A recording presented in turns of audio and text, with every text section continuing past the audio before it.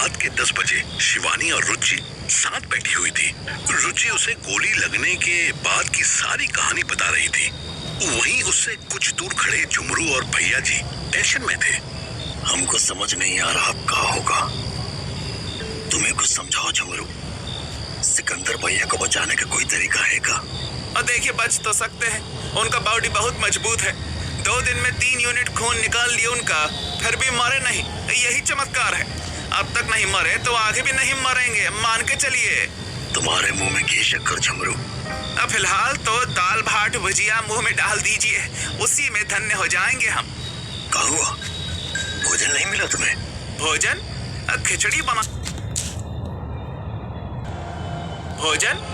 खिचड़ी बनाया था बुढ़ा लोग, वो भी बिना नमक का। जीवित रहने के लिए जितना भोजन जरूरी होता है उससे 2-4 चम्मच कम ही खाए थे हमने। हम तो 3 थाल खिचड़ी पी गए। 3 थाल? हाँ, हमसे भूख नहीं बर्दाश्त होता है।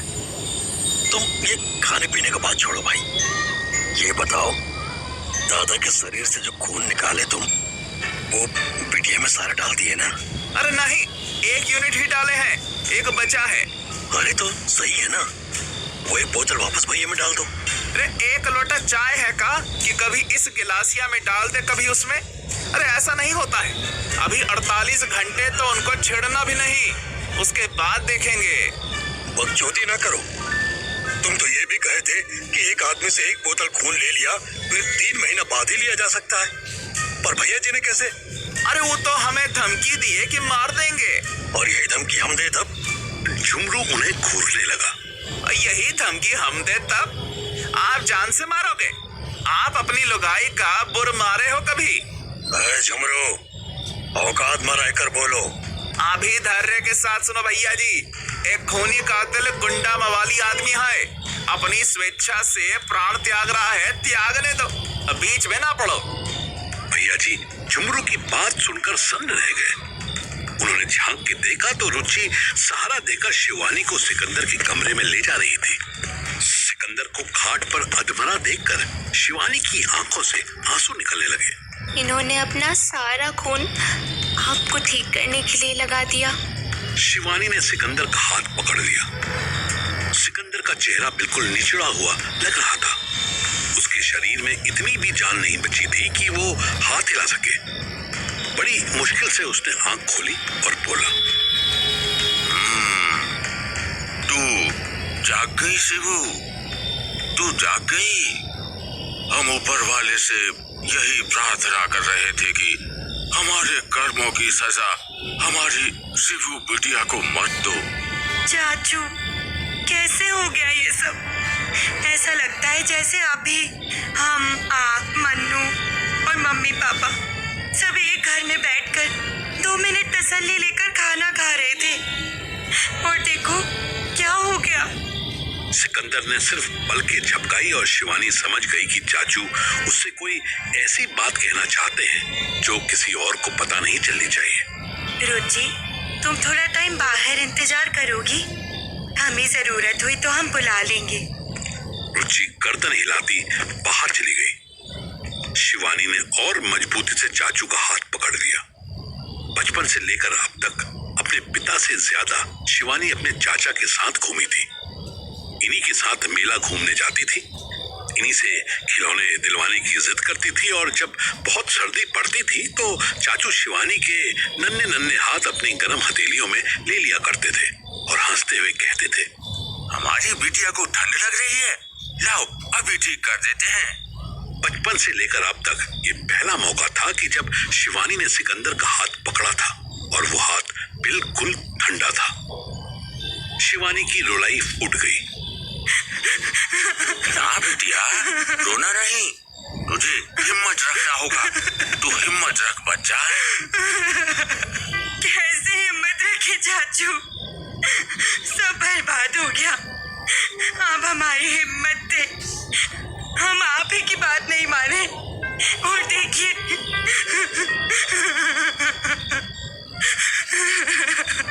सिकंदर के चेहरे पर एक फीकी मुस्कान उभरी। बेटा, हम भी तो जीवन भर किसी की नहीं सुने, फिर तुम भी तो हमरे खानदान का हो। आंसू पोछो और हमारी बात बहुत ध्यान से सुनो। हम बार बार नहीं बोल पाएंगे। शिवानी ने तुरंत कहा माना और अपना कान सिकंदर के मुंह के पास ले गई। हम पता करवाए थे कि घर में हमें जहर देने की कोशिश कौन किया था। कौन? बुआ जी? तुम्हारी माँ। ये क्या कह रहे हैं आप? सिकंदर ने बस सर हिला दिया। हम गलत भी हो सकते हैं। तुम स्वस्थ हो जाओ और खुद पता करो। पर अभी हमारी एक दूसरी बात सुनो। शिवानी ने फिर अपना कान सिकंदर के मुंह के पास किया और सुनने का इंतजार करने लगी। मन्नू, तुम्हारे... सिकंदर के मुंह से ढेर सारी हवा निकली।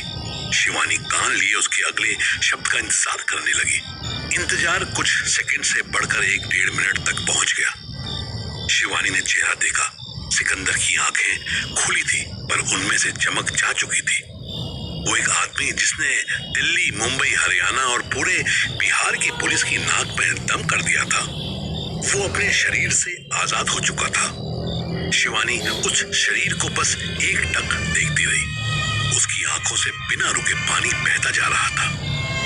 चाचू बोलिए ना, कहिए ना आगे क्या कहने वाले हैं। चाचू, चाचू, चाचू बोलिए ना, मन्नू हमारे लिए क्या? शिवानी को जोर से बोलता सुनकर रुचि अंदर आ गई। सिकंदर का चेहरा देखते ही वो समझ गई कि ये मर चुका है। उसने शिवानी को अलग करने की कोशिश की तो शिवानी ने सिकंदर का हाथ और जोर से पकड़ लिया। दीदी छोड़िए उन्हें, दीदी हाथ छोड़िए। रुचि रुको, चाचू को अपनी बात पूरी करने दो। रुको, चाचू कहिए ना क्या बोल रहे हैं। झुमरू और भैया जी भी आ गए और शिवानी को अलग करने लगे। एक लड़की जो अभी बेहोश थी उठी थी। उसके हाथ में न जाने इतनी ताकत कहां से आ गई थी कि 3 लोग मिलकर भी उसका हाथ छुड़ा नहीं पाए। छोड़ो हमें, छोड़ो, हाथ छोड़ो हमारा। चाचू कुछ कह रहे हैं, उन्हें बात पूरी करने दो। चाचू, चाचू! ना शिवानी ने सिकंदर का हाथ छोड़ा और ना ही झुमरू और भैया जी ने उसे खींचना बंद किया। शिवानी चिल्लाते चिल्लाते बेहोश हो गई। शिवानी के चुप होते ही भैया जी ने उसे छोड़ दिया और गमछे से आंखें पोंछते हुए बाहर चले गए। सिकंदर का चैप्टर समाप्त हो चुका था।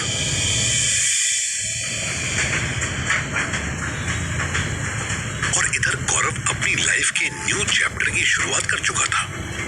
अंकिता ने उसे सबसे पहले सूरत के टूर पर भेजा था, जिसके लिए बिना कोई सवाल पूछे गौरव ने हाँ कह दी थी, क्योंकि उसकी जब वो अपनी लाइफ का पहला टूर दिल्ली से मुंबई पहुंच रहा था तब उसे ट्रेन में एक चंट चालाक लड़की मिली थी, खुशबू। वो लड़की इतनी तेज थी कि उसने गौरव को पहली मुलाकात में किस भी कर दिया था। वो किस गौरव की लाइफ का पहला लिप टू लिप किस था। उस दिन के बाद से गौरव अक्सर खुशबू से चैट करता था, पर उसने कभी सोचा भी नहीं था कि उसको फिर से मिलने का मौका मिलेगा। यस, जाते ही होटल बुक करूंगा और खुशबू को बुलाऊंगा और भिड़ू, तभी तो मजा आएगा ना। गौरव नॉन एसी ट्रेन में भी अपनी अपर बर्थ पर लेटा खुशबू के सपने देख रहा था और उधर मन्नू ग्वालियर में तान्या के बेड से उठ चुका था। ग्वालियर में तान्या के बेड से उठ चुका था। रात के 9 बज रहे थे। मुझे कोई शर्ट दे दे अपनी, मैं चलता हूँ। पूरा दिन यही पड़ा रहा। आप कहाँ जाएगा रात में? यही रुक जाओ। सुबह तक तो ये बुड्ढा बुड्ढी मुझे निकाल ही देंगे। तब चलियो, साथ में ही चलेंगे। नहीं यार, सबसे बदला पूरा हो गया, बस एक और रहता है। उसकी ऐसी तैसी कर दूं, फिर जहाँ कहेगी वहाँ चल लूंगा। मन्नू को एक व्हाइट टी शर्ट दिखी। उसने पहनने की कोशिश की तो हाथ के पास से फंसने लगी। रख दे उसे, मैं बता रही हूँ, फाड़ देगा तू। दूसरी दिला दूंगा यार, अभी बाहर तक जाने के लिए दे दे। बाहर बाद में जाइयो, पहले मेरा माथा छू के देख। मन्नू ने टच किया। उसका बदन गर्म हो रहा था। हाँ यार, तुझे तो बुखार हो रहा है। बॉडी में पेन बहुत है, साले जंगली कुत्ता, तू मुझे कितना काटा है तूने। तान्या ने अपना हाथ दिखाया। मनु ने मुंह से कोई जवाब नहीं दिया, वो बस पलट गया। उसकी पूरी पीठ पर जगह जगह तान्या के दांतों के निशान बने हुए थे। घर में पैरासिटामोल है? पता नहीं। मैं बाहर से लेकर आता हूँ। अपने लिए भी ले लियो और कुछ खाने को भी ले आइयो, बहुत कस के भूख लग रही है। मनु ने कोई जवाब नहीं दिया। उसने जैसे तैसे वो टाइट टी शर्ट पहनी और घर से बाहर निकल गया। मनु घर से बाहर निकला और रुचि को कॉल मिलाने लगा, पर इससे पहले कि नंबर कनेक्ट होता उसे एक ऐसी लड़की की कॉल आने लगी जिसे वो ऑलमोस्ट भूल चुका था। अंकिता, तुम ही हो या नंबर किसी और के पास चला गया? मैं ही हूँ। कैसे हो आप? कैसी है आपकी गर्लफ्रेंड? बस अभी उसी के घर से होकर आ रहा हूँ। अच्छा हुआ तुमने कॉल किया, मुझे एक काम था तुमसे। वो भी सुनूंगी, पहले मुझे आपसे एक इम्पोर्टेंट बात करनी है। करो ना, जैसी चाहे वैसी बात करो। फोन पे नहीं, ऑफिस कितनी देर में आ सकते हो? मिनिमम 8 घंटे। ओह, मतलब दिल्ली में नहीं हो? ओके, कल मॉर्निंग में मिल लो मुझसे। ठीक है, मैं दिल्ली आता हूँ, पहाड़गंज में रुकूंगा, वहीं आ जाना। होटल की डिटेल्स? नो, आप ऑफिस आओगे, ऑफिस में मिलेंगे। ओह, फॉर ओल्ड टाइम फैंटेसीज। पर तुझे पता है ना, मैं ऑफिस से सस्पेंडेड हूँ, सो मेरा वहाँ आना। डोंट वरी, मैंने सस्पेंशन हटा दिया है। You are welcome here. तूने कैसे हटा दिया? तो फोन कॉल और एक साइन करके। By the way, I am the manager now. Manu 2 second तक बिल्कुल साइलेंट हो गया। उसके अंडर काम करने वाली, ऑलमोस्ट डेली कोई ना कोई फाइल किसी ना किसी डॉक्यूमेंट से मिस कर देने वाली, लंच आवर में केबिन का दरवाजा बंद करके सेक्स करने वाली अंकिता अब 40 लोगों के स्टाफ की मैनेजर बनी बैठी थी। क्या हुआ? शॉक लगा? नहीं, खुशी हुई। कांग्रेचुलेशंस। Thank you. अब आप मुझे भी ये वर्ड कहने का मौका दो। कल ऑफिस आओ, I have a job for you. I have no interest in any job with easy claim insurances. Sorry dear, अब नहीं। Let me explain the offer. No need lady, तुम 1 लाख पर मंथ भी दे दो तब भी। 20 lakhs. What? 20 lakhs per annum plus incentives. Incentives की बात जानबूझकर अंकिता ने बहुत जोर देकर की थी, क्योंकि वो जानती थी कि मनु ऊपरी कमाई करने में माहिर था। उसकी पहली वाली सैलरी तो काट कर 40,000 ही बनती थी, लेकिन वो हर 2-3 महीने में 2-3 लाख का एक्स्ट्रा इंतजाम कर लेता था। हेलो, क्या सोच रहे हो? सोचने का टाइम नहीं है आपके पास। मतलब ये कि पूरे नॉर्थ इंडिया में भसड़ मची हुई है। अगर मेरा ऑफर पसंद आया तो कल मॉर्निंग में मुझे यहाँ ऑफिस में मिलो 9 AM शार्प। और अगर पसंद नहीं आया हो तो मैं कल 10 बजे तक वेट करूंगी, उसके बाद किसी और को अपॉइंट कर दूंगी। अच्छा, खुली धमकी दे रही हो? नहीं, ऑफर दे रही हूँ। पहले भी बताया, गौरव ऑलरेडी एक्सेप्ट कर चुका है। Now it's your turn. Ankita ने फोन काट दिया। तभी मनु को एक ऑटो वाला आता दिखाई दिया। वो चिल्लाया, स्टेशन। मनु रेलवे स्टेशन के लिए निकल गया। पीछे तानिया बुखार में लेटी सोच रही थी कि अभी मनु खाना और मेडिसिन लेकर आएगा।